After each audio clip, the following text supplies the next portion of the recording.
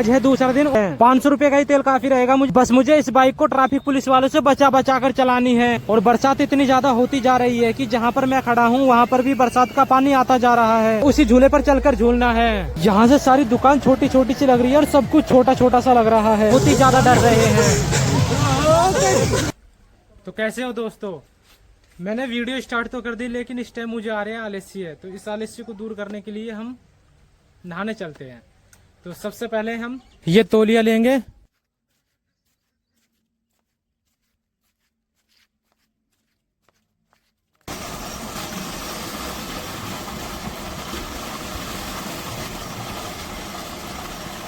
तो भाई नहाने से ये हुआ है कि मेरे आलस्य तो हो गए हैं दूर।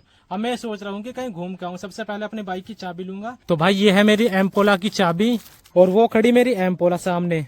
और ये मेरे हाथ में इस टाइम बाइक की चाबी है। ये लगाई मैंने अपनी एम्पोला में चाबी। जिस रास्ते में मैं बाइक चला रहा हूँ ये हमारे गांव के बाहरली साइड का रास्ता है। ये रास्ता ज्यादातर खाली पड़ा रहता है। मौसम ऐसा लग रहा है जैसे कि बरसात पड़ने वाली है। अब कुछ दूर आगे चल के देखते हैं कि हमें बरसात कहाँ मिलेगी। ये ले भाई, बरसात का नाम लिया और बरसात हाजिर हो गई। अब एक काम कर भाई, इस बाइक को इसी पुल के नीचे लगा ले। अब तो मोबाइल के कैमरे पे भी बरसात की बूंदें आ चुकी है। इस पुल के नीचे ही मैंने अपनी एम्पोला खड़ी करवा दी है। ये मेरी एम्पोला के पास वो लड़का है जो मेरे पड़ोस में रहता है। और ये वो बरसात हो रही है जिस बरसात से बच के हम ही इस पुल के नीचे खड़े हैं। वैसे बाइक चला तो ले, लेकिन ये जो बरसात की बूंदें होती है ना, ये चेहरे पर बहुत तेज लगती है। अब बरसात बंद हो चुकी है और हम भी इस पुल के नीचे से निकलकर वापस घर चल दिए हैं। आज है दूसरा दिन और हम चल दिए हैं हरिद्वार की ओर। तो भाई सबसे पहले हम अपनी एम्पोला में पेट्रोल डलवाएंगे, फिर हरिद्वार के लिए निकलेंगे। ये कुछ कावड़िए पेट्रोल पंप पे ही खड़े हैं। ये है पेट्रोल पंप है जिस पे से हमें पेट्रोल डलवाना है। और हरिद्वार यहाँ से कम 125-30 किलोमीटर दूर है। 500 रुपए का ही तेल काफी रहेगा मुझे हरिद्वार से लौट फिर करने के लिए।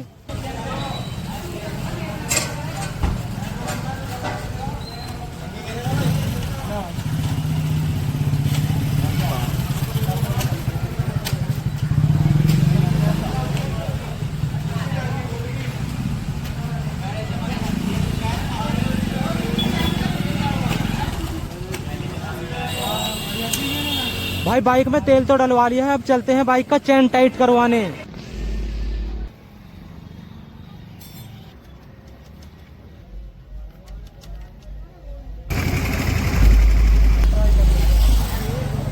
ये मेले का वो सीन है जहाँ पर 2-1 दिन बाद काफी भीड़ रहेगी और इन बड़े बड़े झूलों पे जनता झूलती रहेगी।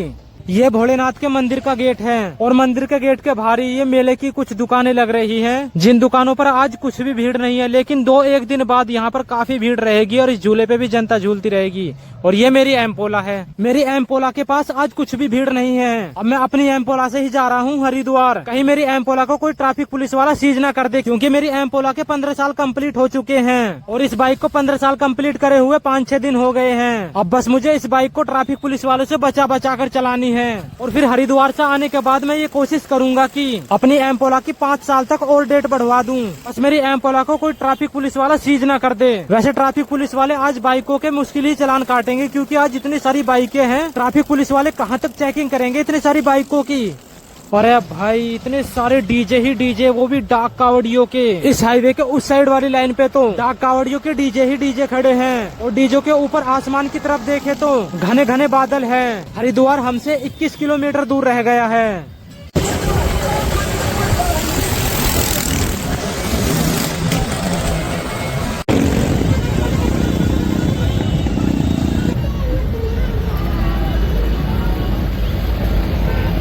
अब इस टाइम हम हरिद्वार में एंट्री कर रहे हैं और हरिद्वार में एंट्री करते ही हमें एक ऐसा पुल दिखाई दिया जिस पुल का आकार ओम की तरह है। और ये देखो भाई साहब, कितनी सारी बाइक ही बाइक खड़ी है। मुझे तो ऐसा लग रहा है कि जैसे कि हरिद्वार में बाइक वाले कावड़िए ज्यादा हैं, क्योंकि जहाँ तक भी नजर जा रही है वहाँ तक बाइक ही बाइक दिखाई दे रही है। अब इतनी सारी बाइकों को देखकर मुझे एक बात तो पक्का पता चल गया है कि मेरी बाइक को कोई भी ट्रैफिक पुलिस वाला रोकने वाला नहीं है, क्योंकि मेरी बाइक इन्हीं बाइकों के सहारे से निकल जाएगी। तो भाई साहब यहाँ हरिद्वार में लाकर मैंने अपनी बाइक खड़ी कर दी है और ये मेरी बाइक के अलॉय व्हील है। अलॉय व्हील से ही मैं अपनी बाइक को भीड़ में खड़ी हुई पहचान लेता हूँ। हरिद्वार में मुझे अपनी बाइक खड़ी करी हुए मुश्किल से 5-10 मिनट ही हुए होंगे, तभी यहाँ पर बहुत तगड़ी बरसात होनी शुरू हो गई है। अब मुझे आसमान की तरफ देखकर ऐसा नहीं लग रहा है कि ये बरसात जल्दी से बंद होने वाली है, फिर भी मैं बरसात बंद होने का वेट कर लूंगा। भाई शाम होने लगी लेकिन अभी तक बरसात बंद नहीं हुई और बरसात इतनी ज्यादा होती जा रही है कि जहाँ पर मैं खड़ा हूँ वहाँ पर भी बरसात का पानी आता जा रहा है और मेरी तरह ही सब जनता बरसात से छुप रही है।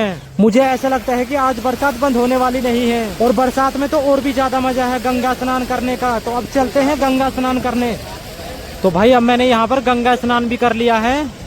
भाई मैंने पूरी रात से इंतजार किया है कि हरिद्वार में बरसात बंद हो जाए, लेकिन अब लगभग 3-4 बज रहे हैं लेकिन बरसात अभी भी बंद नहीं हो रही है। तो मैंने ये सोचा कि भीज तो हम हरिद्वार में भी रहे थे, तो इससे बढ़िया तो हम रास्ते में भीज लेंगे और भीजते भीजते हमारा सफर भी कट जाएगा। और कुछ दूर रुड़की के पास आकर देखा तो हमने सब बाइक वाले जाम की वजह से रुके पड़े हैं। बरसात तो यहाँ पर भी हो रही है लेकिन बहुत हल्की हल्की हो रही है और ये डीजे बाइक इतनी हो गई थी कि हमें रात जाम में भी रुकना पड़ा था। लेकिन आज दूसरा दिन है और मौसम भी साफ है और न ही कोई जाम लगा हुआ है। मैंने मौसम साफ होने के बारे में ऐसा कहा कि बादलों को बुरा लग गया और उन्हें गुस्सा आ गया और फिर दोबारा से बादल बरसने लगे और बरसात होने लगी। दूसरे दिन हम वहीं पे वापस आ गए जहाँ पर ये मेला लगा हुआ है। जैसे मैंने कहा था कि यहाँ पर काफी भीड़ होगी, ठीक वैसे ही आज यहाँ पर बहुत ज्यादा भीड़ है। और वो जो सामने देख रहे हो नहीं आप, सबसे बड़ा झूला जो इस टाइम चल रहा है और मुझे उसी झूले पर चलकर झूलना है।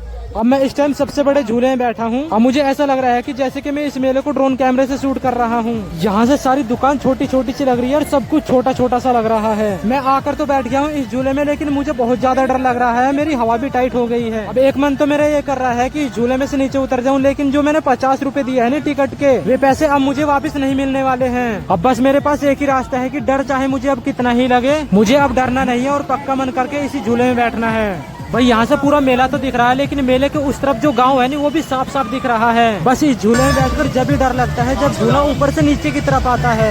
और मेरे साथ जो इस झूले में लड़के बैठे हैं ना वे तो बहुत ही ज्यादा डर रहे हैं।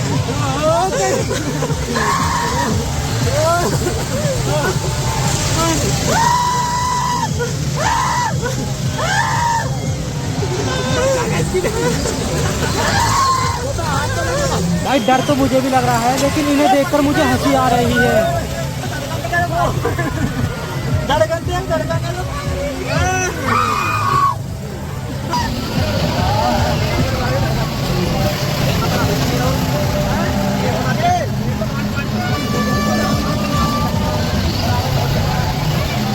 ले अब समोसा खा ले। झूले में बैठकर मैं तो डर ही रहा था लेकिन तू मुझसे भी ज्यादा डर रहा था।